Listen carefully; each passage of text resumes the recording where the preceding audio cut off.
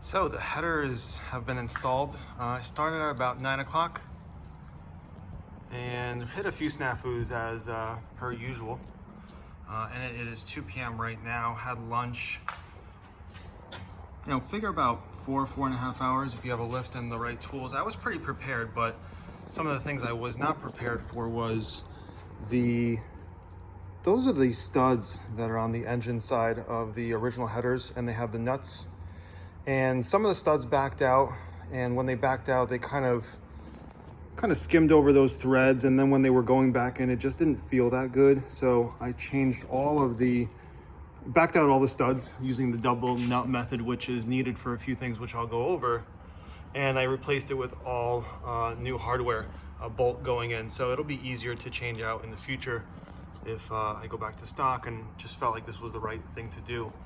Now I started on the passenger side first. It was the easier side of the two. You back out the 3 screws on the turbo side, and these are all stud and nut combo. They all need to be double nutted and backed out all the way, including that upper one, which looks bad, but on the other side it's even worse. Once you remove these, you can remove all of the other studs. Basically, they're all studs.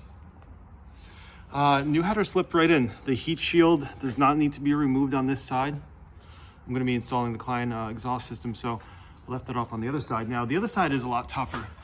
You've got this, I don't even know what it is. It's kind of actuator right under the one of the bolts. And again, these are studded.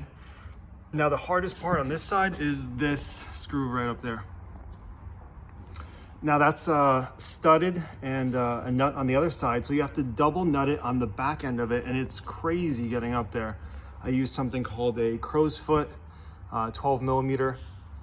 It's a specialty tool. You either have it or you got to order it online. So instead I came in with a bolt and a nut on that side.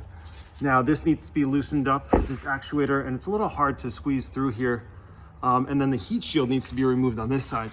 Heat shield is off now because I'm going to be installing that Kline exhaust, but the heat shield covers the access into that area to get to that other side of the bolt. Now, besides that, it wasn't too bad. I've heard people say this takes all day or a few days. I've also heard people saying it takes about an hour.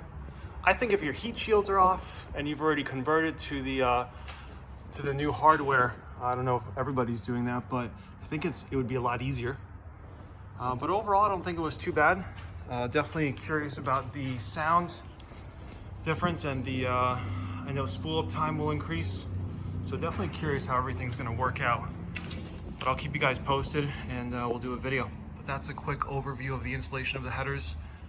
And oh yeah, I had a part in my hand. It's the M10 socket.